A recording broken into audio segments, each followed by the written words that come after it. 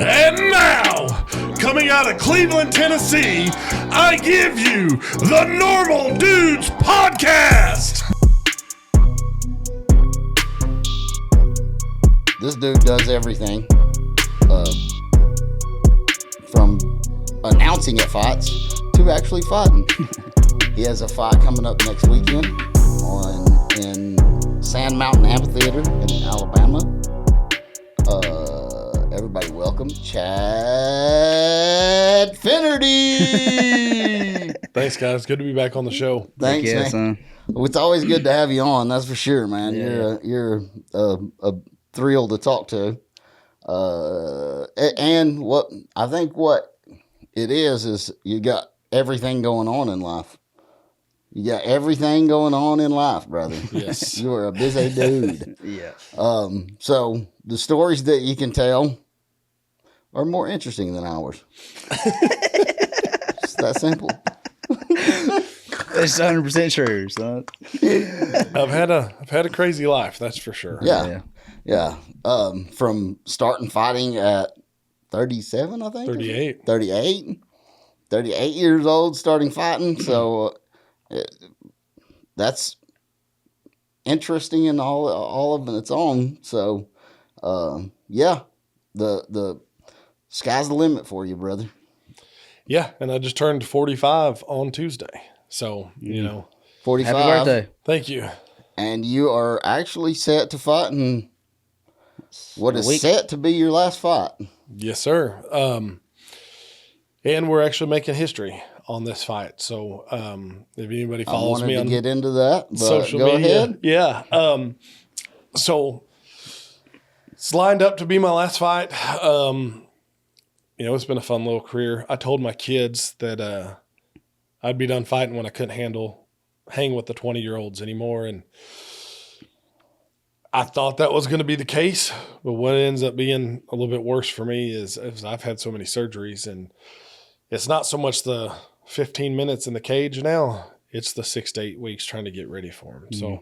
So I'm not about to try to go into a fight being half-assed going through it. I'm not that guy. Yeah. I respect the sport too much to just roll off the couch and be like, hey, I'm just going to go do this and embarrass myself. I'm not going to do that. So it's kind of Father Time is kind of reared his ugly head and it's like, hey, look, dude, you might be okay for a couple minutes, but at the end of the day, the knees start giving out, the back starts giving out. I get more injuries than just about anybody in the gym, and It's so frustrating. So, sure, yeah. Because you don't feel 45. I don't until something happens, and I'm like, that would not have hurt me 5 years ago. Yeah. So you're in training camp right now, and you took the time out of your day to come talk to us about all this. So the question right now, I guess the big question is, how's training camp going? How you feeling? Where you at?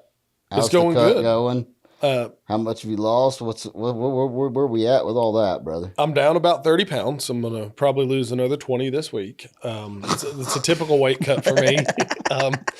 It's my fault for getting fat. I mean, Yeah. And the thing is I'm fighting heavyweight, so I don't have a weight that I have to get down to. I have a weight in my head that I want to be at because I ain't trying to look like no fat slob, in front of a bunch of people that's coming to watch me fight. Mm-hmm. I'm not going to do it. A little bit of pride about myself, Do you do that before you go to the beach too then? Is it the same kind of idea where you cut a little weight before you go to the beach? I try but there's no threat of somebody punching me in the face. Yeah, I got you. So, and that's too. I move a whole lot better when I'm smaller. I'm a quicker heavyweight. I'm pretty strong for being a heavyweight. So when I cut, I don't lose my strength because I don't do it like, you see a lot of these guys do, and they have to lose some strength when they cut. This is just more so for me. Yeah. The training camp's going good. We started a gym. Sam McAlpin started this gym, backyard kickboxing and jiu-jitsu, about a year and a half ago. And he was who I started with, 7 years ago now? And I told him a long time ago, I said, I start with you and I'm ending with you. So me and my son started going to this gym about right at a year ago. I had just started right before my last fight going out there, and we've got a bunch of good up and coming amateurs that'll be fighting on Sam's card in August in Alabama. But this card is for Gladiator Impact Promotions out of Panama City. And they so generously allowed me and my son to be on the same card. That's going to be exciting. And it's going to be hard for you, though. We talked about this once already, which this has actually been in the making since you were on the podcast the last time, kind of. So this has been a long, drawn out type of situation for you guys. And we kind of covered it a little bit in the last podcast, but trying to watch him fight and then change gears and go fight yourself. And that's win, lose, or draw for him. Yeah. So you got to keep that in mind when you're, you know what I'm saying? You got to keep that in mind right now so that when it happens, you're kind of prepared for what that mindset's going to look like. So I don't know how you do that. It's weird. It's even to the point where obviously I'm one of his coaches. Sure. I would imagine. Yeah. But I have actually, Sam and I finally had a real sit down about, he was taking a step back because he didn't want to overstep boundaries, as with Dad standing right there, who's also another fighter. And I was trying to not step on his toes because he's the coach, So we finally had just a good sit down talk about, he's yours. Mm-hmm. But if practice is any indication on how it's going to be, I mean, I'll be in his corner, I'll be one of his coaches, but if practice is any indication, I'm going to be a nervous wreck because during the middle of sparring on Thursday nights, I know who his hard rounds are, in the gym. Yeah. And when I, hey, get your next partner, and I see he's got one of his hard rounds, I'll literally catch myself. I'll hear him. You can hear, you sparred a little bit up at Billy's. You can hear the other guys hitting. And if I'm hearing them getting a little rough, I have a tendency to grab my partner and clinch them up. And I'm just sitting over there looking like, let's not get too crazy on the baby. Yeah, dude. He's 20 years old and he's a monster, yeah. But he'd get mad at me. Sorry, kid, for calling him my baby, but he's still my baby at the end of the day. Oh, so, it doesn't matter how old they get, they're your baby. And so it's hard. It's hard in practice, even watching. And he gets mad at me. I thought he had a cut on him one day. And I told him to come here, and me and Sam were sitting next to each other, and he walks over. He's like, "What?" And I was like, "Come here, let me look. I think you're cut." He's like, "I'm fine." And I was like, "Dude, get over here." And he just stormed off. And Sam's like, "Dude, he's getting ready for a fight. Like, he's not your kid right now." Yeah. So it's been a little bit of an adjustment. Okay, yep, it really has. Yeah. Because it's just like anything else. Your kid gets ready to move out or whatever. There comes that time where it's, you got to let him do his thing. Yeah. And he's in the zone. And I told you guys before we even got here, we don't have practice tonight. And he's already texting me, asking me what time I'm going to be home so I can go take him up to the gym and hold pads for him. Because he is zoned out and ready. Yeah. I'm more excited about his fight than I am mine. Well, I could see that. Yeah. I could definitely see that. As a dad, I can see that. And it's wild that you say that, because at 20 years old, that was the time that I can remember having to quit trying to treat them like a baby. Mm-hmm. This is just life. Yeah. My kids don't fight. I don't fight. That's just regular life. At 20 years old, you're like, you have to kind of start letting them go more. I mean, you let them go at 16 when they start driving. Right. Yeah. Obviously, you gotta loosen that grip then, and then 17, 18, you're just slowly opening the palms. But at 20, bro, they're making their own. You're really, I mean, even at 18, you're really done. But at 18, as a parent, I was still trying to hang on to some of that, And then at 20, you realize. For my kid, from my point of view, at 20, that's when I was realizing, like, he's whatever I raised him to be now. Right. God, dude. And that's really with him, just overall. I mean, really. And Trey's sitting over here with This us. is what I got to look 67-year-old, for. yeah. 67-year-old. So he's like, I don't want to do that. And it's really cool because I wasn't sure how it was going to be. I mean, you imagine being in a gym, training, sparring with and against your own kid, and we very rarely have had Golly, I would headbuttings. whip my kids up. Right. I'd beat them, son. Which we luck out. So our first round of sparring, it's kind of our little tradition, is with each other. And that's kind of, he is one that likes to get really, really warmed up. And I'm the type that I'll literally come off the couch, and being a wrestler, I don't like being all hot and sweaty. I'd rather have dryness and be able to have a little Grip. friction when I grip. Yeah. So we always do first round with each other, and that's pretty much me being his punching bag and letting him get warmed up and me getting popped a couple of times and, getting the switch flipped. So it's been super fun, but watching him grow, I watched him from the stands playing football, basketball. He was standout athlete at his high school. But now just watching him grow in the gym and going from being worried somebody's going to hurt him to watching him do some of the things that, heck, I can't do, Yeah. Like it's just So we've talked about him being your son. Let's give his name out there, bro. Zion Finnerty. Yeah. Sorry. Zion. I remembered it started with a Z, but I couldn't remember the whole name. But he's 20 years old, and this is his first fight. Yes, sir. So we tried to get him on to come on the podcast, and bro didn't do it. He had a million excuses, but I'm going to let Chad get into a little bit of why he decided he kind of didn't want to do it. Yeah, at first, it was almost aggravating because I was like, man, we got some cool opportunities for you, this, that, and the other. And he's the type of kid that if something's bothering him or really on his mind, you got to pull it out. And so one day we was just sitting there talking, and he was like, the reason I don't want to do this, he got offered to do a Facebook interview and as well, and answering some questions. And he said, the reason, I don't want to do this is I haven't done anything to deserve this. They're asking me to because of you, because, you fought, you've done these, you've done the podcast, you've done the interviews. They're asking me to because I'm your kid. I haven't done anything to earn this. And he's which in just Our on this pers- our podcast, perspective. our perspective on this podcast, that is not true. I feel like I'm unworthy to interview you. So it's like, if anybody wants to come on, it's just like, So, this is different. This is chill. And the thing, reason but- for it is because you've put the time into the gym. You are going out there. You're going to fight.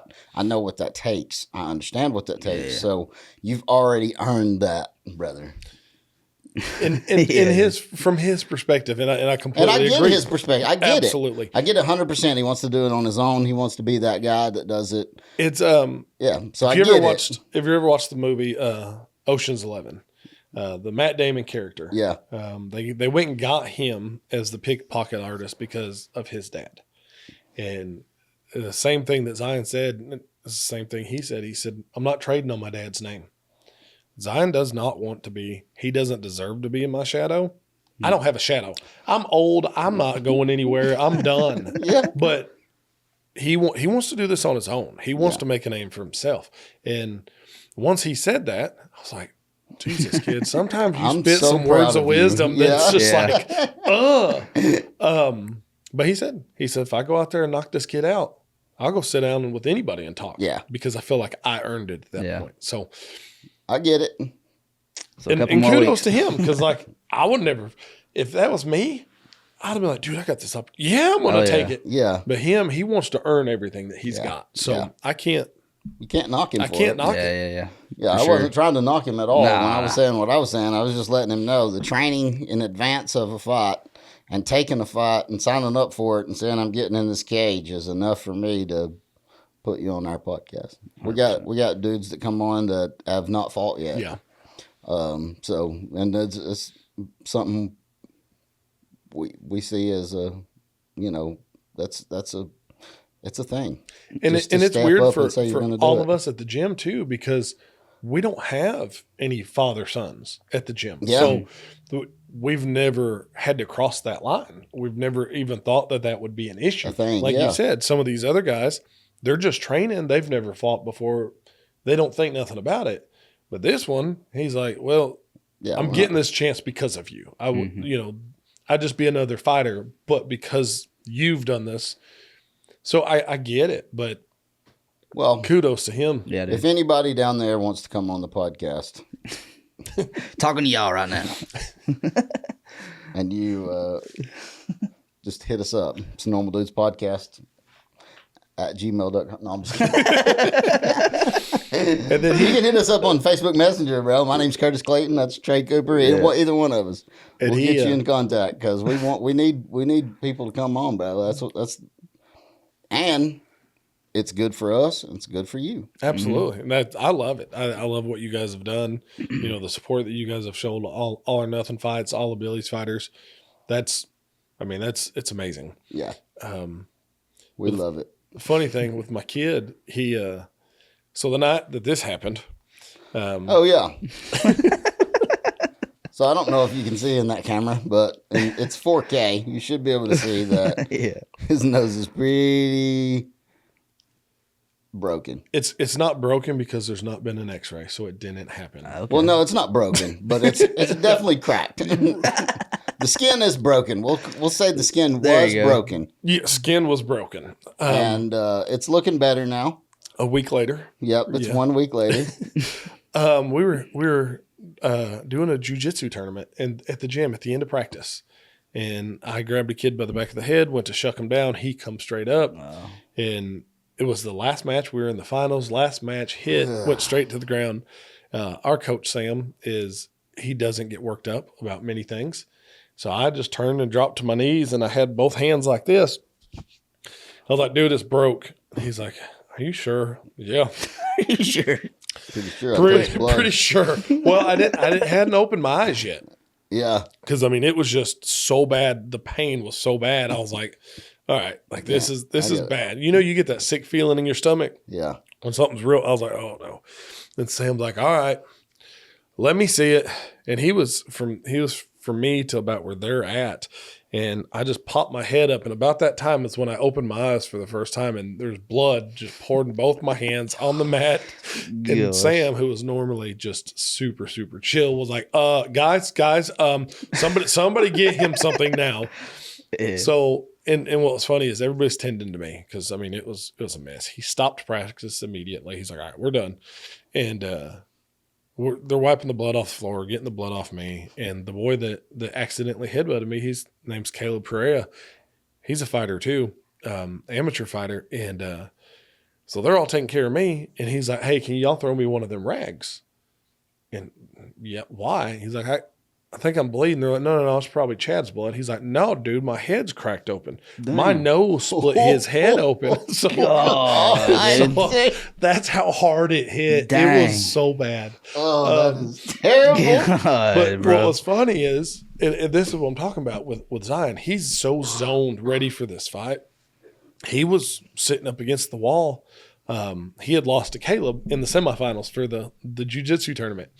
And he's sitting out there and he's like, oh, you're good. You're good. And so I went and sat down and had the rag on my face. And some of the boys kept being like, hey, man, Dad's probably pretty messed up. And he was like, ugh. So he walks over there. He's like, let me see it. Pulled it back. He goes, oh, God, yeah, that's bad.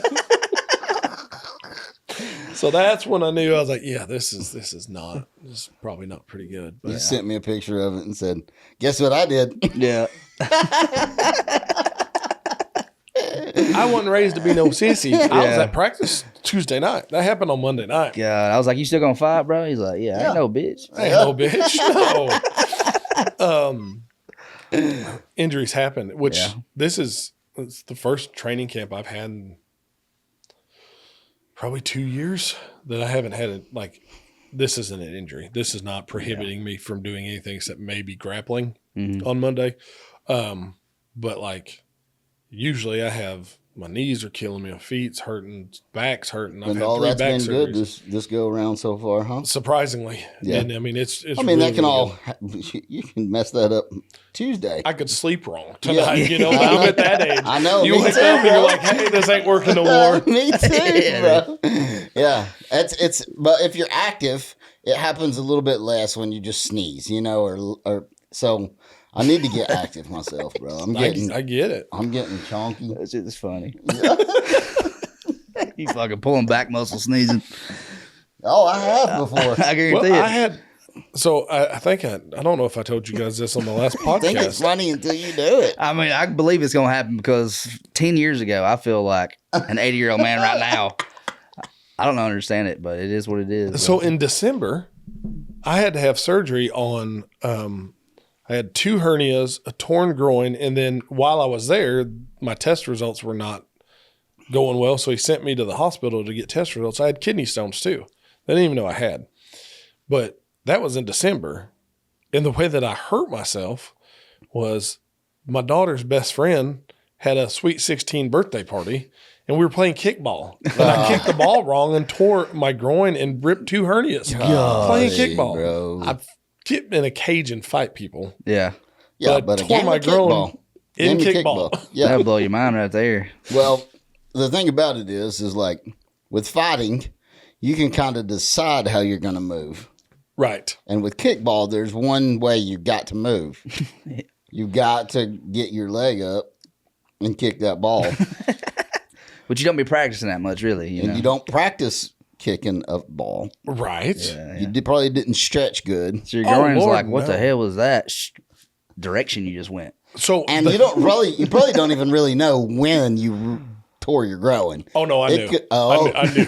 Okay. They rolled it and I went to kick it and I was kicking straight on. So I kicked that lead back and it hit a rock and shot to which would be my left. So instead of coming straight out, I had to turn. And when I did, I jogged to first base and my daughter was like, "You good?" I'm like, "Nope, tore it." No. But then I thought, I just maybe pulled it. Yeah. And I was laying in bed. Y'all played sports. You know the turn your head and coughs. I was laying in bed months later and I coughed and I was like, hey, Felt something. that's what they were looking for. I went to the doctor that day, had surgery 3 days later. Dang. Golly. That's terrible. Yeah. That is a terrible feeling. But yeah, I've catch a sneeze real fast. Yes. And Yeah. go, can't breathe for a second. I'm still on the scenario where sneezes are almost the best thing ever. Oh, yeah. You know what Yeah, I mean? wait till that one time you're like, mm-mm. I know. Nope, got to be careful after that. Yeah. Or you sneeze real hard and then your shoulder hurts or something else. Yeah. It's like, I get pain in my shoulder. I'm having a heart attack. Yeah. Yeah. Yeah. If I It's sneeze weird, hard bro. enough, my back pops and I'm like, Yes. okay, did anything My grow neck out? and my, yeah. yeah. You're like, okay, hold on, wait. Okay, I'm good. I'm good. Yeah. So Chad Finnerty fighting next weekend. No. Yeah, watch. I'll go out there and get a quick win and then sneeze on my way out and have to go straight to the hospital. Don't put it past me. That would be some shit, son. Not my luck. I'll walk out of the cage and roll an ankle. Be on the ambulance out of there, bro. I won. Oh, I hell. won this fight. Like, why Yeah. you dressed like that? I was fighting. That was Yeah. fine. Oh, so that's why you broke your ankle. No. No. Actually, missed that last step. Last step's a bitch. Oh, that's hilarious. So one of the things that we wanted to kind of talk about was the Matson interview that you decided to just from the hip. What sparked that for you? Yeah. Yeah. So I knew a little bit about Matson's story. You get to doing this long enough, being an announcer, you find out little bits and pieces. So I heard a little bit. But when it just hit me when I was standing in the cage watching his pre-fight interview and he was getting emotional. He had told me when he was giving me his info to talk about him when he was coming out or for his announcing. He had told me that he got a little emotional in his interview. And so I paid really close attention to it when it was on the screen. And it just touched me. I mean, it does. Some stories just hit you at the right moment. His will, bro. And then when he won, as everybody knows, we had a shorter card than normal. So Billy and I had kind of discussed kind of stretching it out a little bit, not just rushing through everything, giving a little bit more time. But when Mattson got done, it just felt like the right moment. So I told him to come here. I just wanted him to kind of give his testimony. I felt like he deserved it. Won everything he's been through. I didn't care if he won or lost. I had already in my brain was going to let him talk because he deserved it. A lot of times, even just from his pre-fight interview. His pre-fight interview, and I mean, he brings a crowd, and they deserve. He's been inspirational to a lot of people. So I was hoping for a win for him. Sure. And then when he won, there was no real option for me but to give him the microphone. Yeah. And I typically drive when I do in-cage interviews afterwards, because these fighters, they're hyped up on adrenaline, and they're liable to take the microphone and I can't get it back. I know. But with him, like, it was time. He was going to do his thing, and seeing the raw emotion from Mattson, and when he knelt down and just wanted to give thanks, the real shooting from the hip. I don't do this. I mean, I told the crowd, you said get on your feet. We don't usually do this. Yeah.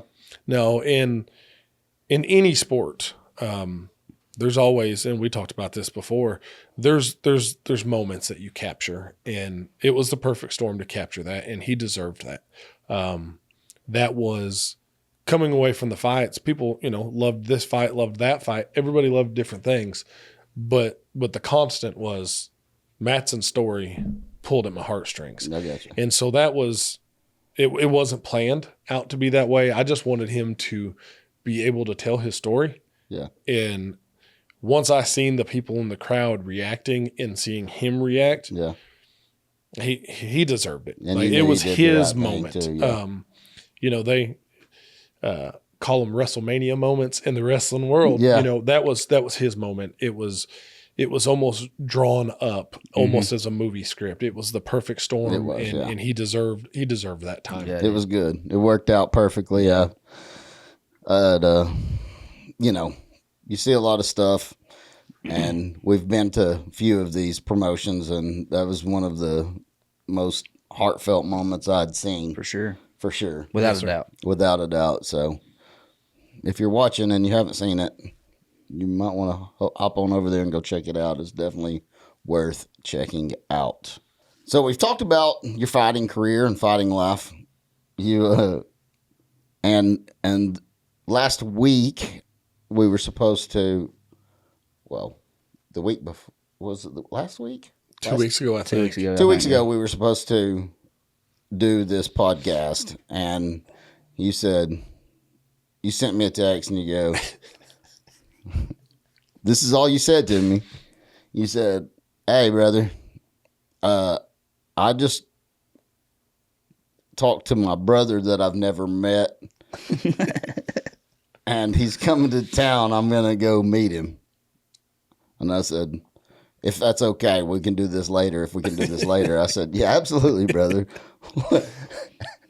I said, "This sounds like a podcast story." Lifetime movie story, actually. Yeah. So growing up, I knew mom and dad. That's what I knew. As everybody does, yeah. And as I started getting older, me and I'll call him right now for my dad for the theory of the story. We just never got along. Not to throw him under the bus, he was just very, very hard on me. And it just was not the father-son relationship. And then they had twins that are 12 years younger than me. And even the boys were like, why does dad treat us different than he does Chad. And so I knew deep down that there was something amiss there. Never had any real proof, but I just knew.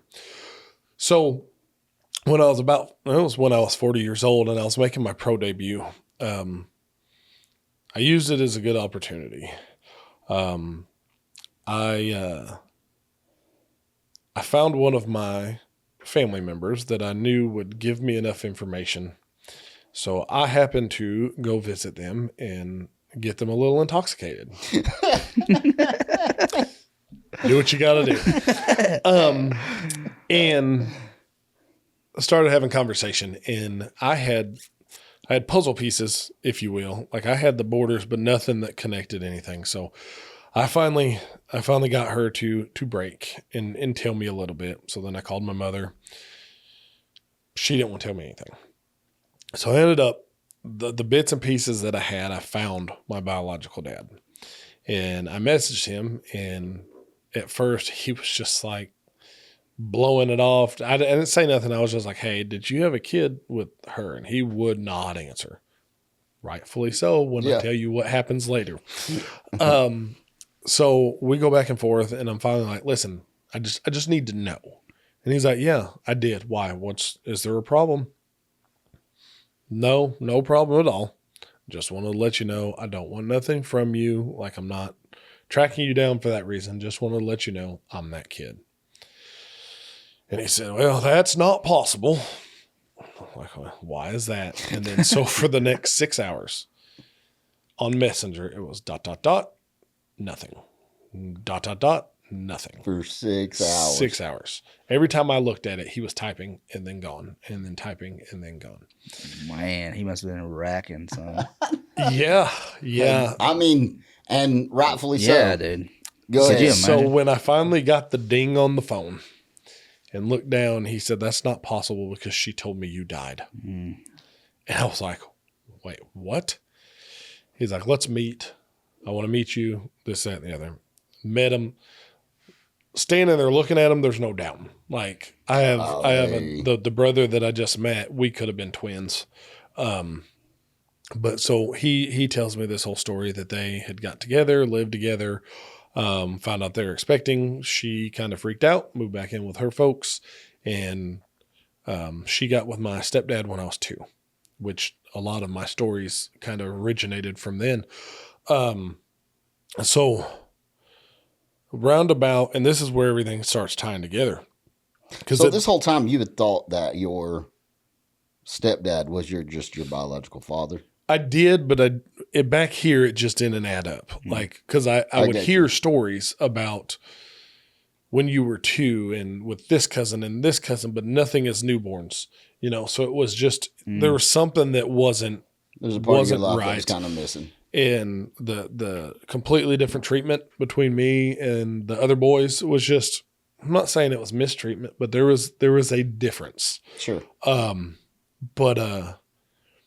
So we meet bio dad, and then he's telling me the story, and he was like, roundabout when you would have been 5, I got a letter that she was going to take me to court for child support. He said, I'd never met you, this, that, and the other. And I was like, well, if I got to go, I'm going to pay child support. I'm going to go so I have visitation so I can meet my kid.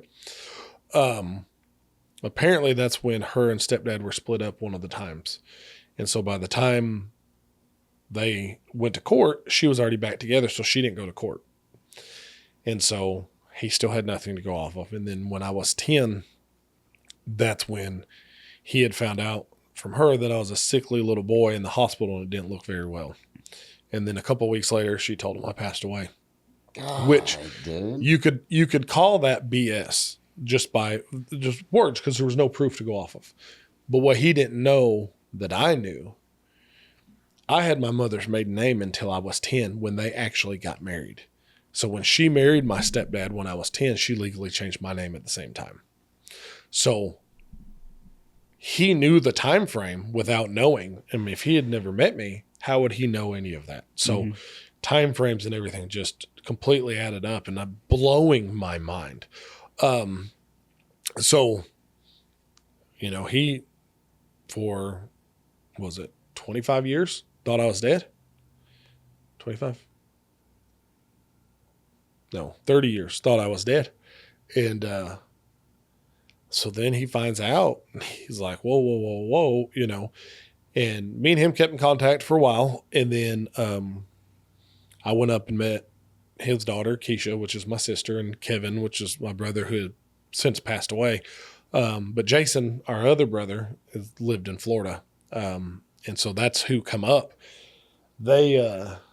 So it's the brother you've never met. That's the brother I've never met. Okay. And I met Keisha and Kevin a year and a half ago. Okay. And Keisha's like my little built-in best friend. We talk all the time now. Oh, cool. It was funny because you go from not knowing this person exists to, hey, this is your sister. Now, like, we're like this. Yeah, like, friends. It was best almost friends. instant. Yeah. It's insane. and it's almost weird, but like the familiarity was there. Yeah. Still there, yeah. That's crazy, bro. So yeah, it was super, super, super crazy. But yeah, so I found out I had 3 siblings, met them all. They're, you know. So in all actuality, you went from 2 siblings to 5. Mm-hmm. Just overnight. yeah. Yeah, so I was like, what the heck, Chad? What are you talking about? And you said, we'll talk about it when we do the podcast. And so I wanted to bring it up. That's insane. I mean, it's one of those stories that it just, if you didn't have the receipts, you would think it was BS. But yeah, I mean, that it you were was lying. Yeah, that's real. just completely crazy. So my wife was married before me, and her ex-mother, well, I guess her ex-mother and father-in-law, which is a crazy story all on its own because I knew them longer than she did. Oh, wow. Okay. I knew her ex-mother and father-in-law longer than she did, and she was married to their son. Yeah. So, but they would have people just knocking on the door every once in a while, like, "Hey, I'm your kid." What? It happened like 3 or 4 times. It happened like 3 or 4 times. Golly, while you was around? Yeah. Dang, son. And you're like, well, I mean, you know, that's a good time. Yeah. It's You never know what's going to happen. it's so crazy. Like, Yeah. It's just couldn't have. I knew, like I said, I knew something was amiss. Yeah. And so, what was funny, and I say funny, how I started talking to the kids was a little bit odd. So I'd met my dad, and he was still married. So he had married Keisha and Kevin's mom, and she knew about me, because they're a couple years younger. So he met her after my mom. So she knew about the whole me dying thing, and he was like, dude, I don't know how she's going to react to this, you know? So I didn't just dive in and try to meet my siblings. Well, I had seen online that a year later that their mama passed away. And so because they tagged Keisha on my dad's post. And so I messaged her and I was like, hey, I'm sorry about your mom, this, that, and the other. And we chit-chatted for a second, and she's like, am I supposed to know you? I was like, Yeah. Tell you what, get through burying your mama. When you get over that, we probably need to have a discussion. Yeah. Okay, cool. So I think the funeral was like on a Saturday or Sunday. And Tuesday morning, I woke up from work, had a message for her, and she goes, all right, let's talk. So she called me. And I told her, and she goes, I knew it. And I was like, what do you mean you knew it? She was like, I knew I had another brother out there. And Golly. she said it was so funny because, and I've showed you the picture of my oldest brother.